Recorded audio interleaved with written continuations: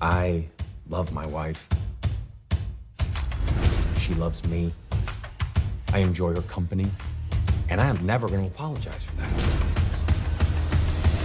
Okay, well, I think... Everyone hates you. We are not the weird ones. You just grabbed his... What? No, I dropped something. Hello? Ma'am, I work for the city. Every few years, we encounter someone with a defect. You have sex 2.5 times a day on average. You rarely fight. After the injections, you will wake up tomorrow just like everyone else. You'll feel normal.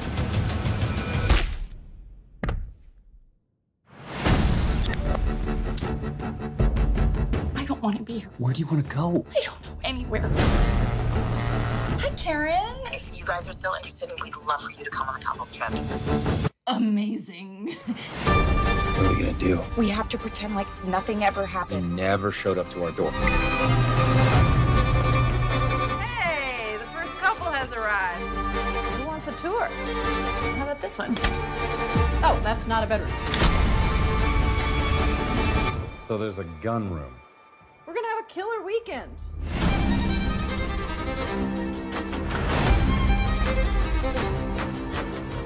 It's party time. Oh my God. We are out of booze. I could totally do a quick booze run.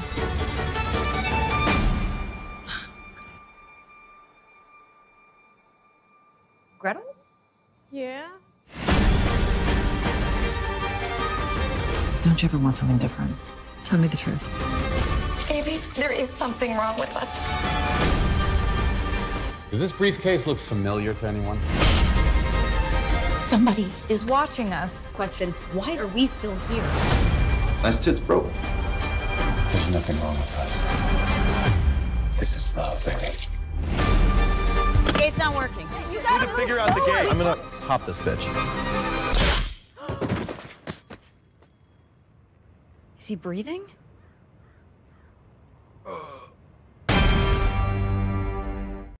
So joining me on this week's episode of the Rockn Roll Ghost podcast is director BenDavid Grabinski. My apologies for mangling your last name. Director, okay, you got it right. Writer, director of the new film Happily, available in theaters and on video on demand right now. BenDavid, thank you for joining me. How are you doing today? I'm doing good. I always like talking about the movie, so and then I saw Godzilla versus Kong a second time today, so I can't complain about anything, really. Yeah, so you must have liked it. Oh, I think it's great. I had the best time. Yeah, I saw it last night and today, and I'll probably watch it way too many times. Are you in the LA area then? Yes? Yeah. Okay. Who's that on your shirt? Is that Kyle MacLachlan? Yeah, it's a Twin Peaks Super. shirt. Yeah, Cool. his head's like chopped off, though, in the frame. Not a problem. I just wasn't sure if it was that or somebody else. Well, let me first off state that I watched the film last night, and I gotta say I was looking forward to it because what I saw about it seemed really interesting, and I like the cast a lot. There are so many people in that cast that I have liked in so many other things, but the movie really bowled me over. I had no idea what to expect. I didn't know what direction it was going to go in. I didn't know anything. I mean, I had no idea what was going to happen at all, which was, genuinely a thrill. Because so many movies now, you can sit there and go, oh, well, this is going to happen, and then it does. Where did this idea come from, and how long did you work on the script to refine it to the point that it was for making the film? That's a great reaction, because that's definitely my intention, is that at no point can you really settle and feel like you know exactly what's going to happen next until, like, I just sort of wanted you to have that feeling until literally the post-credit sequence.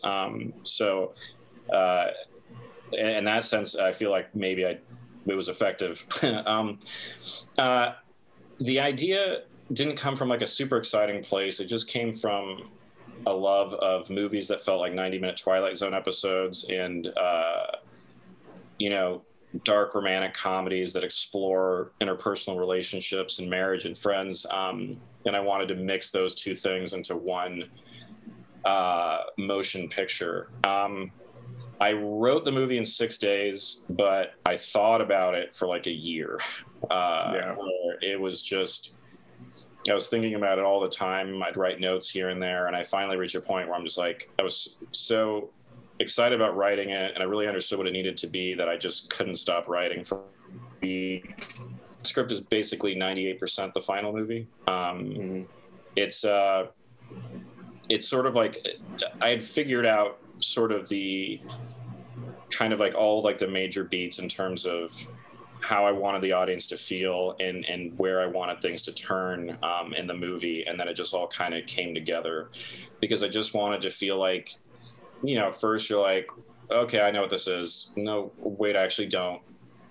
Okay, I figured this out. Wait, no, I haven't. And just kind of keep feeling that way, but also in a way that was hopefully entertaining and funny and engaging, as opposed to being frustrating. I can't control how everyone's going to react to it, but I think if you're the kind of person who likes movies that are kind of bold or trying to do something new, you'd have a good time with this, unless you don't like my sense of humor. But but I'm, you know, I'm really happy that it turned out, and it's been really nice that some people have really responded to it. Yeah. The thing I think I really appreciate about it is the fact that you bring up a lot of things, but you don't necessarily resolve all of them. You really have an excellent way of using shorthand to get through something, like just the setup of everything. You didn't need a lot of exposition. Even how the ending is done with the couple confronting someone. I'm trying to be as unspoiler as possible right now. It's the way you just kind of shrug off the need to understand why all of what happened previously happened. It is fantastic because it's like it doesn't need to be explained. It's a matter of going through it. And I think that's where so many movies kind of get bogged down in, is they bring up these fantastical ideas and then they need to have it make sense. And the thing is, everything that happens in the movie has a motivation that I understand and that's implied, but I didn't want to have an info dump about it. You know, if you want to meet the movie halfway, there's enough there for you to kind of figure it out, because since the release, there's been several people who figured everything out in the exact way that I intended, more than I ever actually expected. But at the same time, if I was watching this as a viewer, this is the version I'd want to see. I'd like to be able to have it be something that like I watch again 6 months later and start to say, oh, I kind of feel like this is what's going on here and this, and you can kind of start to piece together. But also, I just want to give the viewer an opportunity to kind of fill in the blanks on their own. You know, someone's going to interpret the movie in a way that I never intended, that might even be better than what I think is actually happening. Right. But also just that scene too, it's like, I think that character doesn't care about intention at that moment. She's too, because to her, she's more upset about the result, you know? Right. To be as vague as I can. Yeah. I get that.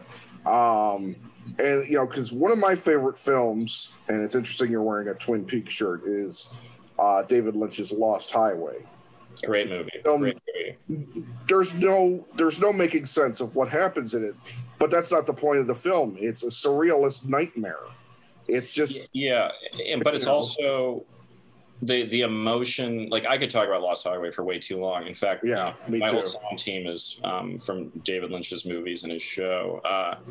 Lost Highway, like, it's more about the guilt of what Bill Pullman's character did than like a literal thing. Like, you know, it took me like a decade to really feel like the whole movie is like about a guy who's feeling impotent and angry and alone, and he does a really terrible thing and he can't deal with it, so he kind of imagines the rest of the movie as a way to kind of avoid his like culpability, but then but real life starts to like seep into that thing. But that doesn't mean that's what Lynch's intention was. Like, you know, it's like, I love that I love that he'll never explain it. Like, it would ruin, it was so disappointing if he'd come out and say, oh, blah, blah, blah. The closest thing he ever got to making it clear was saying that he got the idea while watching the O.J. Simpson trial. And what I think that means is he was thinking about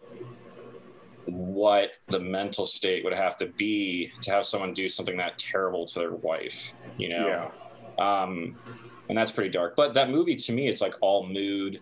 It's great saxophone playing. It's beautiful locations. It's like, I love that movie so much. I mean, and the ending is incredible. The music is great. It's a great movie. Yeah. I mean, it's just that there's a certain style of movie, and Lost Highway's one. Your movie's one. Another movie that I recently loved that I didn't know anything about going into it, and I was bowled over by, was Mandy with Nicolas Cage. Mandy's my favorite movie of the decade. I love that movie so much. Boy, me and you sound like two peas in a pod, because I will get back to Happily. I apologize, but that's fine. I like talking about it. I love being completely bowled over by something, and you know, your film and Mandy are two of the very few films I sincerely, the experience is going to sit with me probably forever.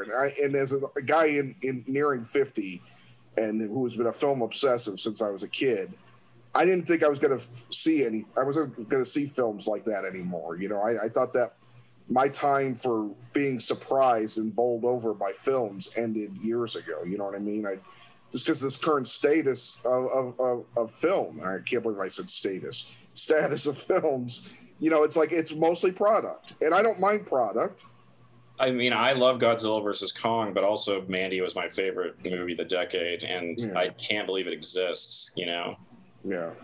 It's like, that's the thing to me that was exciting about this, is I thought, well, if I never get to make another movie, I wanted to make a movie that it felt like no one else would make. And I don't even mean it's like in terms of quality. I just felt like Happily is, for whatever it's worth, I don't think anyone else would have written and directed this movie or told this story in this way. It's very gut-oriented, and Mandy is such a incredible, unique vision that is like straight from his brain. That movie is like, I saw it at the Egyptian when they did like their first screening, and it was so loud and so big, and it felt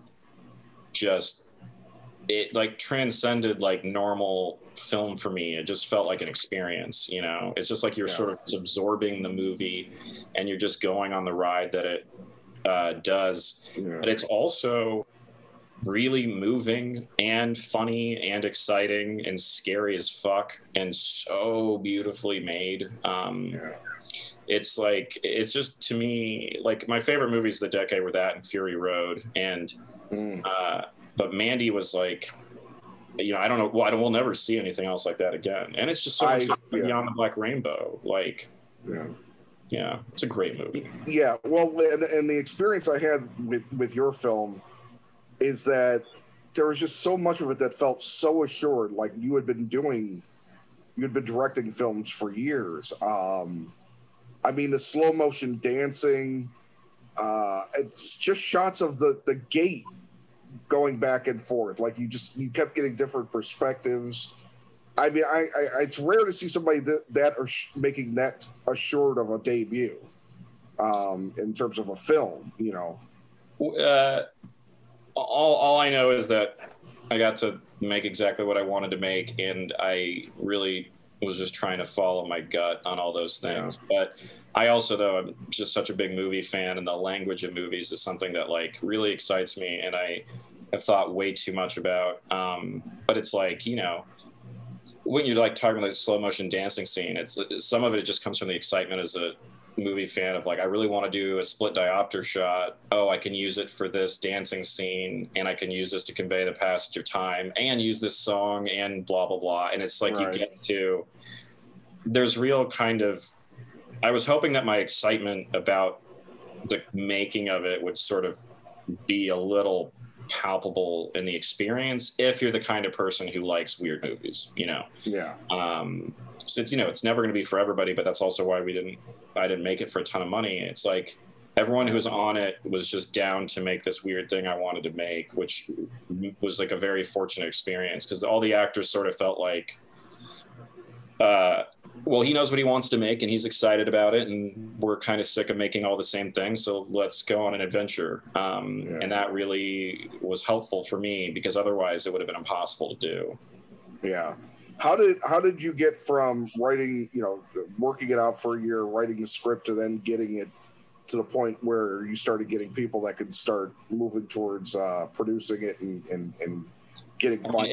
I finished writing the script May 2016, and then I shot it February 2019. So it was a long time of just being really stubborn and trying to get people to say yes and not caring if 1,000 people say no. And you know, just getting people to read it and just trying to find people who liked it as did.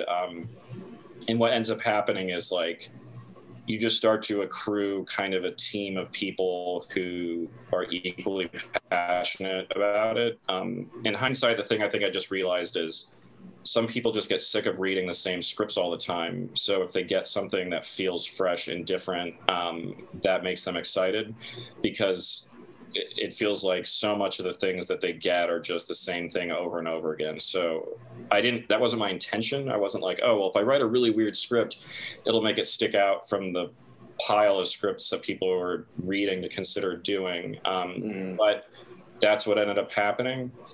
But on the other hand, there'd be people who really liked it and they wanted me to make changes, which I didn't want to do because it's not that I can't take notes. You know, I've taken a bunch of notes on everything else I've written, but for this, I just felt like the movie is what it is. And if you try to push it another direction, it becomes something else. So, you know, like things changed and, you know, if anyone gave me a great idea, I would use it. But I kept trying to follow kind of the North Star of my own weird approach to the movie.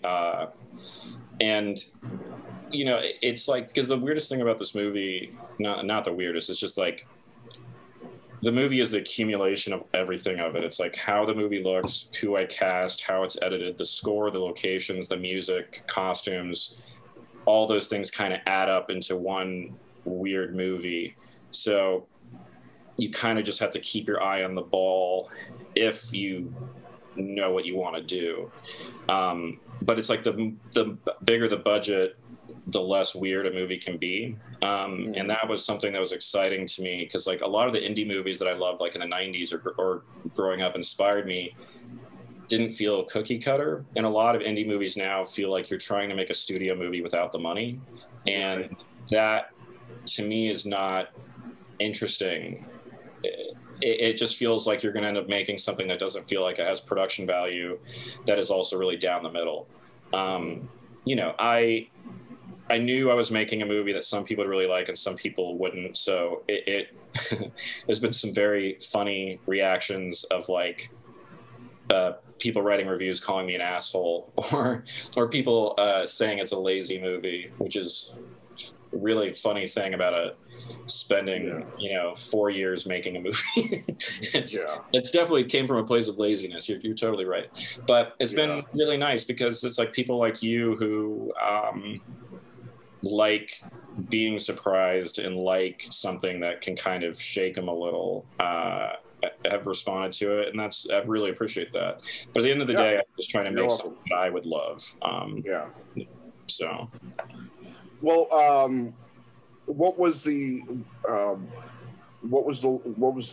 final shooting schedule like? How many days did you end up shooting? It was a 20-day shoot, which is very difficult, especially with scheduling 11 actors. We shot for 20 days in February 2019 for very little money. I don't think I'm supposed to say how much, but it's like, that's fine. You know, it's like the third of like a Blumhouse horror movie or something. We shot in LA.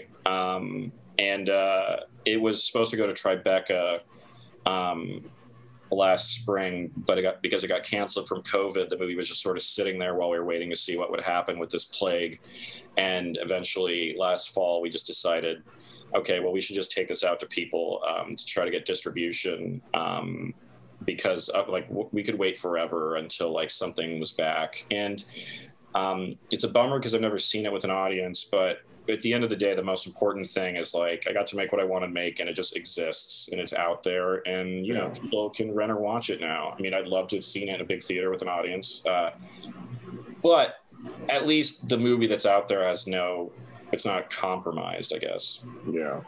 Well, what the thing I love about it too is that is kind of odd, you know, and I use that word in the nicest way possible, as odd and kind of eerie and intense as it can be at times. It's also incredibly funny, and the humor comes at such interesting points, and it's the weirdest thing that the movie that, and I'm not saying it reminds me of this, but the closest I can compare it to is this movie I saw years ago on cable, that I've never seen since, because it's one of those movies that I don't think I could ever replicate how much I enjoyed it. But it's called April Fool's Day, oddly enough, considering the day we're talking. I haven't seen that. Yeah, people hanging out in a lake house, and then it turns into like a slasher film, you know. I saw a trailer for that once at New Bev, and there's like a Scream Factory Blu-ray of it I almost bought, but I haven't seen that. Yeah, it's an interesting film. It's as far as like a tone thing, you know, a dichotomy of humor and something else. It's probably the best example, and it's just, again, it's one of these films that it's just an interesting outlier for you know, for film, because you know there aren't many people that can kind of handle these things, and I think it's fascinating. Again, if this was your first full film, you know, your film debut, you know, as a director. So I think that's great. Yeah, I naively, I guess, wasn't worried about mixing tones and genres. That was just exciting to me. Because I feel like there aren't like a ton of American movies that have this kind of approach. It's usually like a South Korean movie or a French movie or something where like you're watching this amazing movie with like subtitles that you don't know anything about, and they can put, you know, comedy next to drama, next to horror, next to tragedy, next to satire. And I think just a lot of movies really inspired me that made choices like that.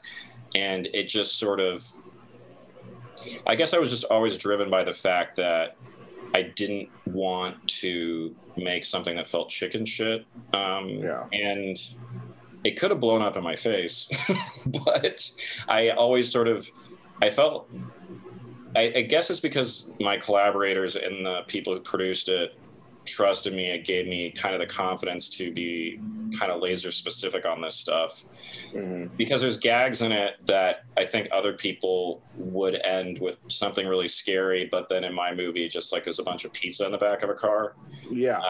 Like that's, or doing a jump scare that's not a scare. I mean, the one thing that's been really interesting is a lot of people have called it a horror movie, and horror is my favorite genre, and I use a lot of horror kind of devices, and like it's like very moody, and it should be unsettling on your first viewing, but it never occurred to me that horror fans or any horror fans would embrace it. It's not like it's, you know, I'm saying maybe it's like 5 or 6 people, but some people just called it like a horror movie, and no one's wrong, because you can't put this movie into one genre, but that surprised me, but in a good way. Yeah. It doesn't have the typical horror tropes a horror film would have, but there is a horror aspect of it. I classify something like The Terminator as a horror film, in my opinion, because the Terminator is a repackaged. I mean, The Terminator is a slasher movie repackaged as a sci-fi movie. Yeah. At its core, it's like he's Jason, but it's, you know, he's Jason pushed through Starlog magazine. It's not but it's interesting. That's like that's also why I just wish someone like James Cameron. I wish every great director made one just straight horror movie that like they just embrace that they're making that thing, because it's the most freeing genre, because it's less narrative based and it like leans so much into formalism. But yeah, Terminator it's like an action horror movie, but it does that great trick where audiences don't notice that they're watching such a genre mashup. They're just so engaged that they just go along for the ride. He's so good at having you connect to it emotionally, because like all that matters with Terminator is like the love story of Kyle Reese and Sarah Connor. When he says I traveled through time for you, you're not thinking, oh, this is a time travel movie or this is a horror movie or this is whatever. It's just like deeply romantic. Like he has such a good way of having these like distilled emotional things, his ideas, which sometimes people will be like, oh, whatever, like Avatar, it's like, what's really the plot to that? But, you know, you feel emotion, like whether you're conscious of it or not, you feel like you're with that lead guy who is going there and then he becomes the thing and you're like going on that adventure. Like when you're watching Terminator, you feel like you're Sarah Connor just because it's such a visceral movie and she's on the run and you don't want her to die. I don't even know what I'm talking about. What am I talking about? No, I know what you're saying. With regards to casting, I mean, first of all, before I get into casting, you probably purposefully kept your character numbers down for budgetary reasons, I would imagine, and for location reasons. I would assume you wanted something kind of lean and tight, you know, that wasn't going to be too... You knew that you were going to only get a certain amount of money, I would figure, for the film you wanted to make. So you focused on that. So it's really about getting the exact right amount of things I need and not more. It's like, to me, I felt like the story worked best with 5 couples. I thought 4 wasn't enough.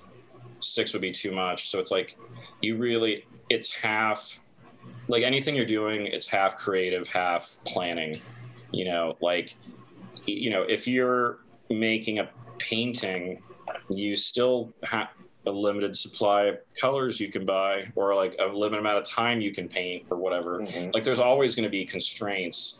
You just want to make sure that you're still just trying to make the most creative decisions you can. Because it's compromises to me are only if you abandon like your kind of your creative intention, as opposed to, I don't even know what I'm saying. The point is, it's just like there is a reality. It's like the sun does set. You do run out of money. There are limitations, but I was really hoping I'd make a movie that never felt cheap. You know? Yeah, it definitely feels, the look of it, the design of it, the flow, the setups. You know, the whole thing feels, like I said again, it's the one word I keep coming back to. It's assured. You know, it's a very, very assured film. And the cast is, again, extraordinary. I just, you know, I'm sure in certain cases there were probably people that you were looking to get, maybe you couldn't get, but I think even with maybe wanting someone else, I think you've settled on a cast. I hate to use the word settled, I apologize, but you ended up with a cast that I think was more than equipped to excel in each of their roles. Yeah, for me, the casting of it was one of the most fun parts, because I took a very pragmatic approach to it, which was just like, okay, who are the actors who are available in this time period? How do I feel about them as performers? And let's see what they think of the script. And what happens is, if someone really liked the script, even if the character was different from something they played before, it meant that they were kind of down to figure it out. Because like for me, I was trying to also cast some people against type, because Joel usually plays an asshole and he's a really like kind person in this. And Kerry never really plays someone who's like funny, and that was exciting to me. And it's like, the interesting thing about it is like, again, it's like gut oriented. It's like, okay, if you send a script to Paul Scheer and he really likes it and you have a conversation and he seems like he gets it, then you're like, all right, yeah, great, he'll be Val. Like it's sort of one of those things where but I was also just really big fan of all these people, and I'd seen all of their work. So, you know, I had a pretty good level of confidence about their ability to do it. But yeah, I'm like super, super happy with the cast. It feels pretty fresh, and it doesn't, it's like I think it's like a really, like, you have to look at it as sort of the combination of people. Like, you know, you can't cast a couple without thinking of who, like, how well they be together. But then you also have to think about how the different couples bounce against each other, and just make sure that it feels like an interesting, varied group of people, instead of just everyone having the same kind of look and feel and attitude and stuff. Yeah, I mean, the two, for me, the two people I was not so much, well, surprised by, I guess, would be the word or the term, but I just wasn't as sure of them in having, I haven't seen them in many other things, would be Natalie Morales and Al Madrigal, who I thought were both hysterical and so interesting to watch. I mean, Al, the way he says the line about having a microscope is, you know, it might be one of my favorite line readings of the last, you know, several years. I mean, it's a perfect line reading, and then it's also, I had a really great editor, and we kind of created this, there's like this gap between the question and the answer that makes the delivery like even funnier. There's so many, so much stuff is like the combination of actors doing a really great job and then getting the timing just right in terms of the edit. And there's a couple jokes in the movie that is, as stupid as it sounds, always make me laugh, and it's my own movie, but I love Al's delivery, and I love that he's wearing a Cronenberg for President shirt. Yeah, that's great. Yeah. That's great too. And, you know, there's just so many little things in there, like when one couple, it's just a quick shot with one couple, you know, with one of the people saying, you know, you don't think they suspect us, do you? And like, that's all there is pretty much to the scene. It's like, oh, wait a minute. It's like all these little tiny things in there. It's like, you don't know who has done something, if somebody's done something, you know, what they're hiding, all that stuff. And I can't say enough for people that are watching this. The movie's actually a real joy just to watch, because it's so fascinating. And by the way, kudos on the interesting use of 80s music too. There's a lot of cool oddball tunes. I especially like the Public Image Limited selection. Yeah, I love that song so much, and when I tried that in the edit and it worked, I really went home happy that day. Yeah, I remember very vividly being like, hey, let's try this song, and it just worked so well over that like montage of like the rest of the couples arriving, and it has so much mood to it. It's just a good fucking song. Yeah. I remember I've heard that song in another film, but it's been so long. Yeah, it was in Hardware. Hardware, it's over a shower sex scene as well. So that's a pretty weird specific joke I'm making for like no people. It worked well. I ended up getting into this sort of motif of using songs that were in soundtracks for 80s movies, which all the songs are except for one. And it's almost sort of like a creative exercise to try to repurpose a song in a way that doesn't feel like you're being lazy, because I hate when people use songs that were like perfectly used in other movies. But I think it's like the difference between the saxophone beach scene in Lost Boys and then my use of that song in the beginning. They couldn't be any different. But but yeah, it's like that again. It's sort of like a lot of that is just trying things. It's like when I was writing it, I thought of like most of the songs, and then when I got into the edit, 2 or 3 of them just weren't working, and then I tried other things. But a lot of the songs were exactly what I was when I was writing it on the page. But it's like with anything, it's like if you think something's going to work and then it doesn't, you got to do something else. There's a lot of stuff in the movie that is completely different than it was scripted, and you just have to, on the day, be like very cognizant of if something's working or not. Like there's one of my favorite moments is Charlene Yee stepping out of the shadows and surprising Carrie before they go to the grocery store. And that wasn't in the script. So it's like, I don't have really like any, there's like only like 2 improvised lines in the movie, but there's a lot of stuff in the movie that came from me on the day feeling like I could do better, or like once I saw a scene up on its feet, I felt like maybe it wasn't funny enough, or maybe it was too funny for how dramatic I wanted people to feel at the moment, and you kind of just have to feel your way through it. Right, absolutely. What was there something else I was going to ask you, and I apologize. It kind of fell out of my head. I mean, I said a bunch of shit that's distracting. No. It's probably me. It's getting late here, so. It's like I've done my regular job for the day, and I've also interviewed someone else, so I'm starting to get a little soft in the brain.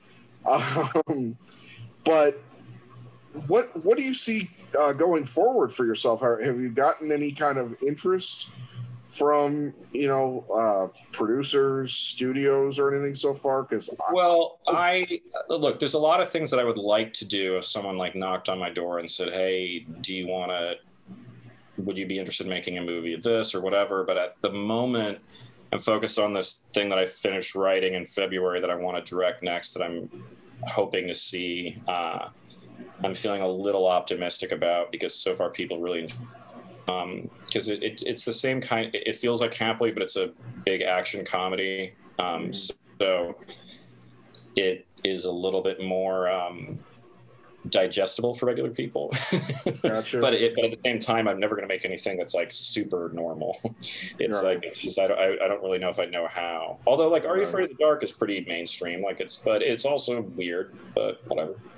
Yeah. So that's what you were kind of working on during the last year. Is this script? Yeah. It's basically the only thing I've been working on. And it has there's some genre elements to it that are pretty intricate, that required a lot of TLC, but it's my favorite thing I've written, and we'll see what happens, but we're putting that together now. Cool. What has the last year been like for you, just as personally? How have you dealt with it? And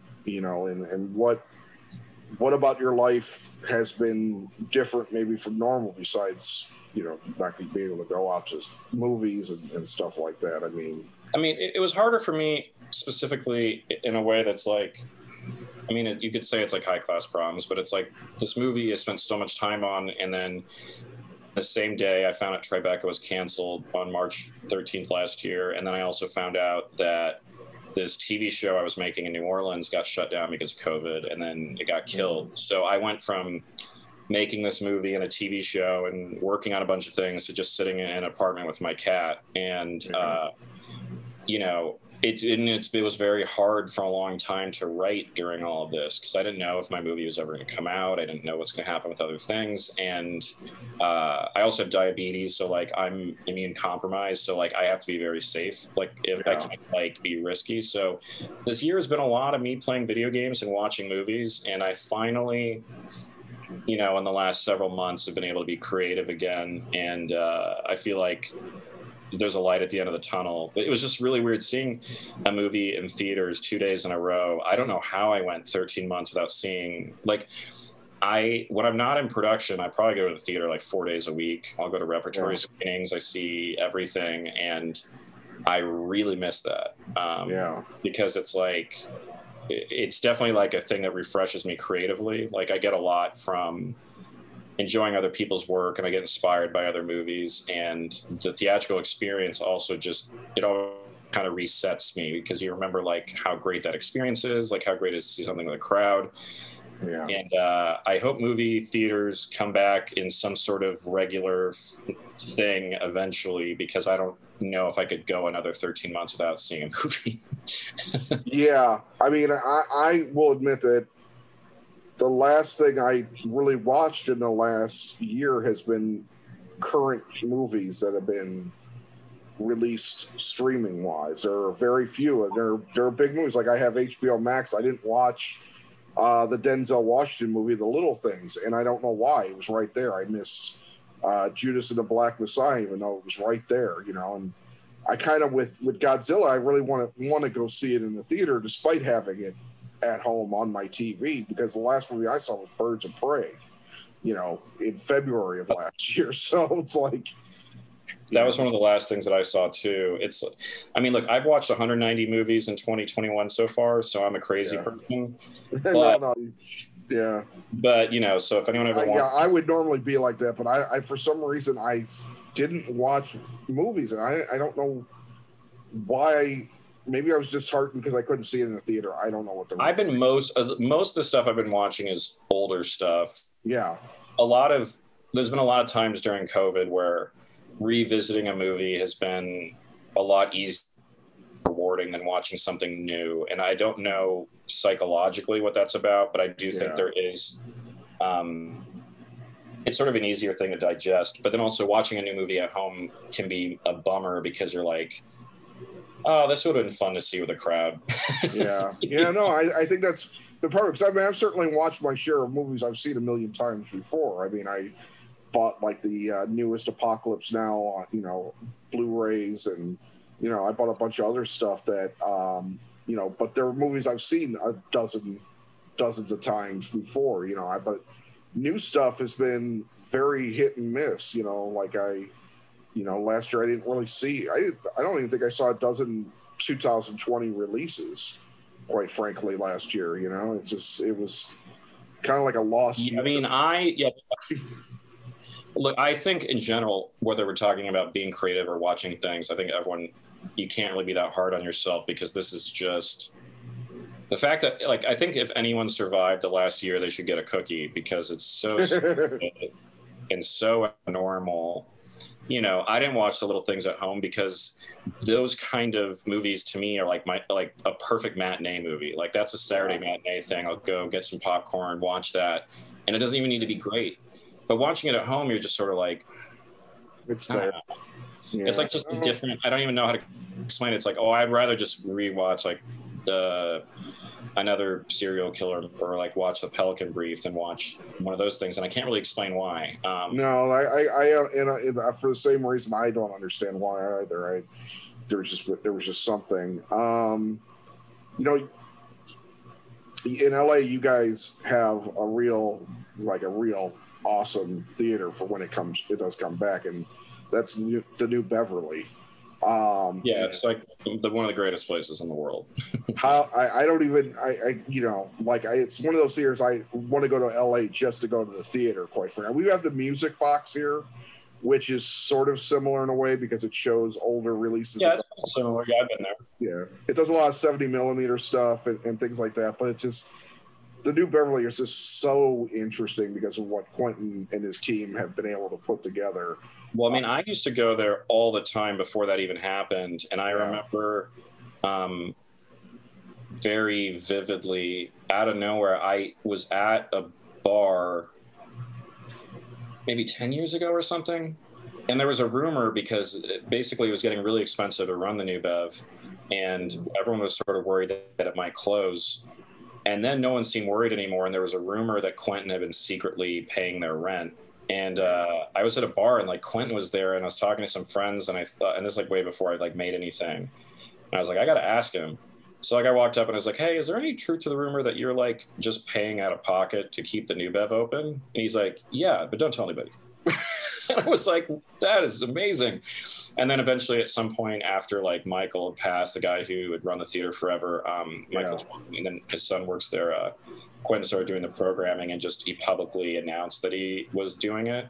But there was a long span where like nobody knew that he was the guy keeping the lights on, which I thought was like, I just think that was like it's still like he's still keeping on right now, and like no one's there. It's, you know, I just think that's a really cool way to spend your fuck you money when you are a big success.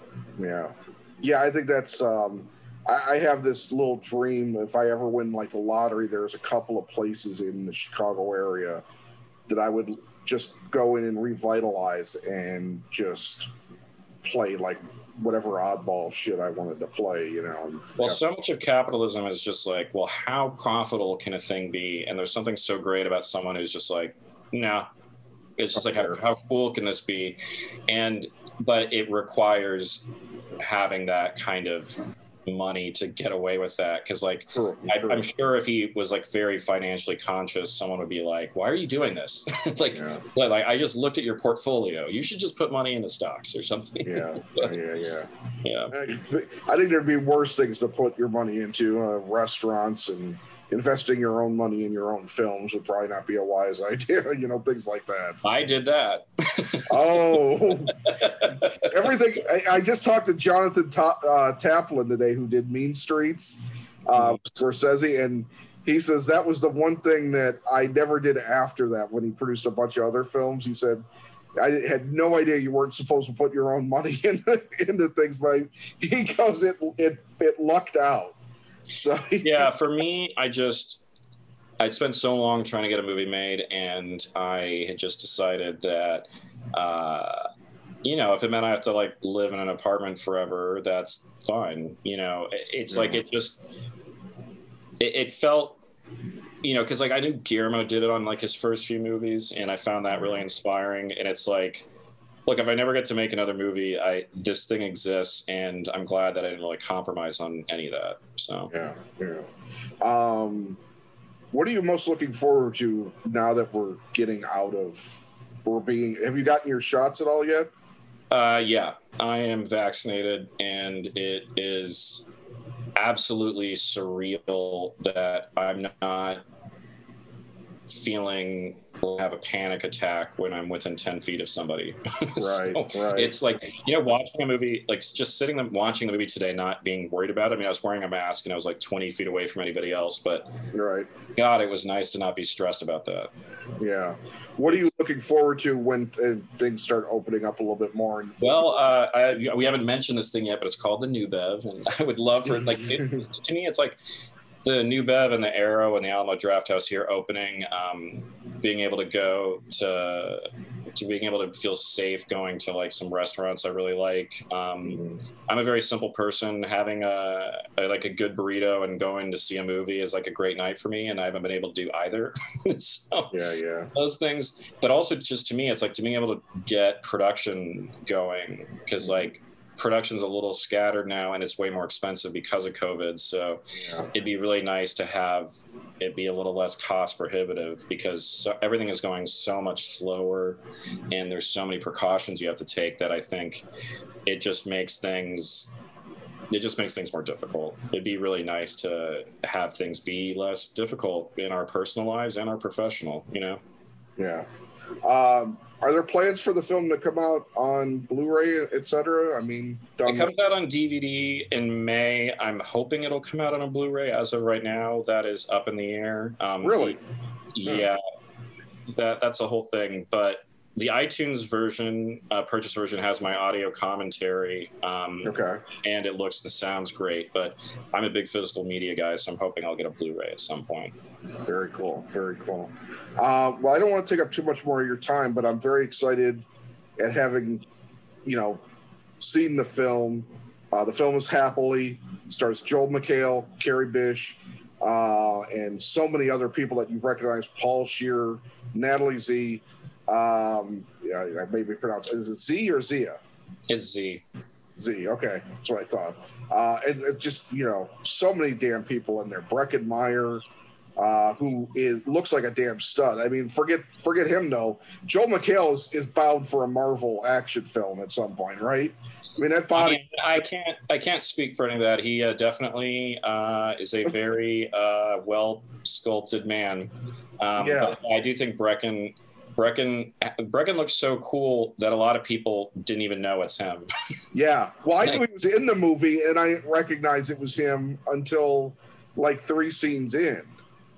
I love that. That's hilarious. Like he grew his beard just for the movie, and I thought it was such a good choice. Yeah. Because I really wanted to be a wild card character, so you didn't expect some really dramatic things that you find out later. Yeah, for sure. Well, Happily is on in some theaters, It's on video on demand, and it's on Apple to purchase, correct? For $12.99? Yeah, it's like $12.99 or something to purchase, 6 to rent on iTunes, and it's available everywhere to rent if you want. If you want to hear my audio commentary, it's only on iTunes, but it will be on the DVD that comes out in May. Cool, very cool. Well, BenDavid, I really appreciate you taking the time. It was a real pleasure speaking with you. I wish you all the best luck. Stay healthy, and hopefully we can talk on the next thing. Hey, man, happily 5. That's when we'll have the good podcast. Nice. All right, take care, All right, man. you have a good one. All right, bye. Bye.